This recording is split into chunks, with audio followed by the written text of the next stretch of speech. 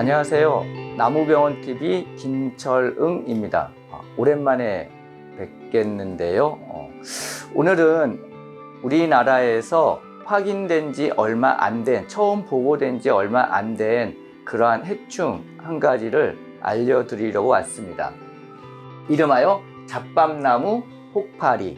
잡밤나무 혹파리라는 그러한 해충에 대해서 아주 간략하게, 아직까지 많은 정보가 있지 않기 때문에 간략한 정보를 말씀드리도록 하겠습니다. 자, 이 잡밤나무 혹파리는 23년 우리나라에 처음 보고가 되었습니다. 통영에 있는 욕지도에 있는 곳에서 처음 발견되었다라고 그러고요. 얘는 주로 잡밤나무류 또는 일본에서 유입된 것으로 이제 추정이 되고 있는데요. 일본에서는 잡밤나무류만이 아니라 협죽도과에 있는 나무들에게도 피해를 주는 것으로 알려져 있습니다. 어찌됐든 간에 우리나라에서 23년도에 처음 발견이 되었기 때문에 앞으로 이쪽에서 굉장히 많이 퍼질 수 있는 우려가 있기 때문에 먼저 알아두시면 좋을 것 같다는 생각에서 준비했습니다. 이 잡밤나무 혹파리 같은 경우에는 주로 잡밤나무 쪽에 발생을 합니다. 그러니까 우리가 잡밤나무 그러면은요, 구실잡밤나무라든지 모밀잡밤나무라든지 이러한 종들이 있는데요. 굉장히 많은 종류는 아마 제주도나 이런 쪽에 있는 구실잡밤나무를 생각하시면 될 것 같습니다. 이 잡밤나무도 역시 밤나무과죠. 그렇기 때문에 이 꽃송이 길게 늘어지는 그 꽃송이에 알을 낳는다고 합니다. 그러면은 이 알이 애벌레가 되고 애벌레가 되면서 혹을 형성한다고 그럽니다. 그리고 그 혹이 약 30개 내외, 어떤 거는 조금 많을 수도 있고요, 조금 적을 수도 있는데 한 30개 내외 정도의 혹을 만들고 그 안에 한 마리씩 자란다고 그럽니다. 일본에서는 약 4월경에 성충으로 우화를 한다라고 그러는데요. 우리나라에서는 그냥 그 혹 있는 충형만 확인이 된 상태이기 때문에 구체적인 생활사는 아직 밝혀지지 않았습니다. 그런데 우리가 한 가지 추정할 수 있는 것은요, 성충 발생 시기거든요. 성충이 일본에서는 4월 정도에 나온다고 그러는데요. 우리나라나 일본이나 이런 모든 곤충들은요, 성충이 되면 제일 먼저 하는 것이 알라키죠. 그러니까 자기 종족 번식을 위한 알라키를 하는데요. 여러분들이 이제 솔리복파리 같은 것들을 연상하실 수가 있을 텐데요. 그러한 개체들을 생각해 보시면은 생존 기간이 그렇게 길지가 않습니다. 그렇다면은 얘네들이 나와서 알을 낳는 시기 역시 꽃이 피는 시기하고 거의 비슷하지 않을까 생각을 추정을 할 수가 있는 거죠.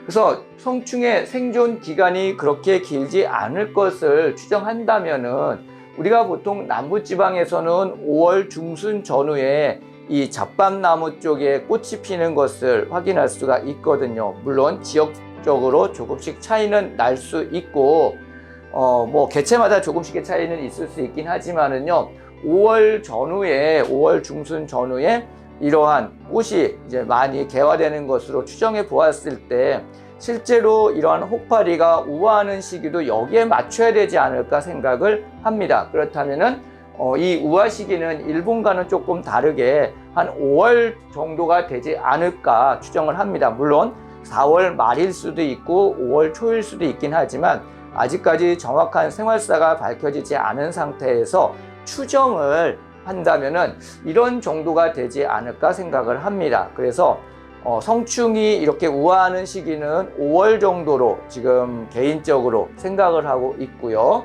그 다음에 이 충형에 있던 유충이 언제 낙하하는지는 아직 알려지지 않았습니다. 여러분들 솔잎옥파리 아시죠? 솔잎 끝에 충형을 형성하고 있다가 가을철에 지표면으로 떨어져서 지표면에서 월동을 하는 그러한 특성이 있죠. 이것 역시 그러한 생활사를 가지고 있는 것으로 알려져 있습니다. 때문에 나무 위에 있는 충형에서 생활을 하다가 언젠가는 밑으로 떨어져야 되는데 그 밑으로 떨어지는 시기가 아직 우리나라에서는 아무런 확인 보고가 되고 있지 않습니다. 때문에 이러한 낙하 시기가 언제인지 일본에서는 12월경에 흙에서 월동하는 것으로 알려져 있다라고 그러긴 하는데요. 아직 우리나라에서는 몇 월 달에 이렇게 낙하를 하는지, 지표면으로 떨어져서 월동을 하는지 그러한 것들은 구체적으로 알려져 있지 않습니다. 그래서 이게 잡밤나무 혹파리의 충형이 어떻게 생겼는가 하는 것들을 찍어봤습니다. 자, 이게 잡밤나무죠. 이거는 이제 그 구실잡밤나무 또는 모밀잡밤나무가 있는데 여기서는 모밀잡밤나무입니다. 근데 여기에서 이렇게 보시면은요, 이러한 형태로, 여기서 보시면은요, 이러한 형태로 구슬 같은 것들이 여러 개 모여가지고 있는 그러한 형성된 모습을 보여주고 있습니다. 그래서 이러한 충형이 약 30개 내외 정도 하나당 이렇게 구성되어 있다라고 보통 말을 합니다. 그래서 여기에도 있고요, 여기에도 이렇게 있는데, 이렇게 전체적으로 조사를 해보면은 이 충형이 형성되는 거는요, 잎 끝보다는요 약 중간중간 정도에 그렇게 발생하는 경우가 많았습니다. 조금 확대해서 본 사진입니다. 자, 그래서 이렇게 충형이 보여 있고, 여기 지금 아직 초록색으로 되어 있는 것은 여기 안에서 이제 유충으로 자라고 있겠죠. 그래서 얼마 전에 여기를 한번 잘라 보았습니다. 충형 안에 이제 유충이 있는지 확인을 해보기 위해서 이렇게 잘라 보았는데요. 다른 면적에서 사실은 뚜렷한 유충의 흔적을 확인하기는 조금 어려웠습니다. 네.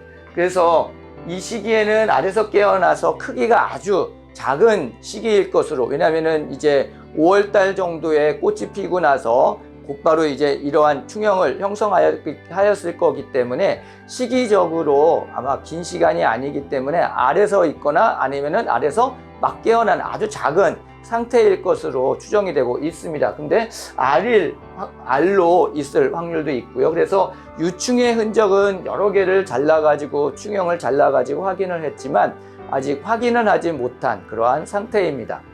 어찌되었던 간에 이 혹파리, 잡밤나무에 발생하는 혹파리로 인해서, 얘네들은 혹파리니까 당연히 영양분을 빨아먹는 그러한 특성이 있겠죠. 그러면은 그 이후에 있는 가지들이 일부 고사하는데 아직까지 그렇게 크게 많은 피해도를 보여주고 있지는 않습니다. 그리고 이러한 혹파리로 인해 가지고 죽은 나무도 아직은 확인이 되지 않고 있기 때문에 지금 이것은 일본에서 들어온 지 얼마 안 된 초기 상태이기 때문에 그럴 수도 있고요. 얘네들이 시간이 지나서 밀도나 이러한 것들이 높아지면은 피해도가 더 커질 수가 있을 것 같습니다.